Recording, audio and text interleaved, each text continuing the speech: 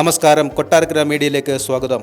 കൊട്ടാരക്കര മഹാഗണപതി ക്ഷേത്രത്തിലെ മേട തിരുവാതിര മഹോത്സവത്തിന്റെ ഭാഗമായി മഹാ അന്നദാനം ഇന്നു മുതൽ ആരംഭിച്ചു. അന്നദാനത്തിൽ വലിയ ഭക്തജന തിരക്കാണ് അനുഭവപ്പെട്ടത്. ആറാട്ടുത്സവം വരെയും അന്നദാനം ഉണ്ടായിരിക്കുന്നതാണ്. ഇത് ഭക്തജനങ്ങൾക്കും നാട്ടുകാർക്കും വലിയ ആശ്വാസമാണ്. എല്ലാ വർഷത്തെയും പോലെ ഈ വർഷവും വിഭവസമൃദ്ധമായ രീതിയിലാണ് സദ്യ ഒരുക്കിയിരിക്കുന്നത്.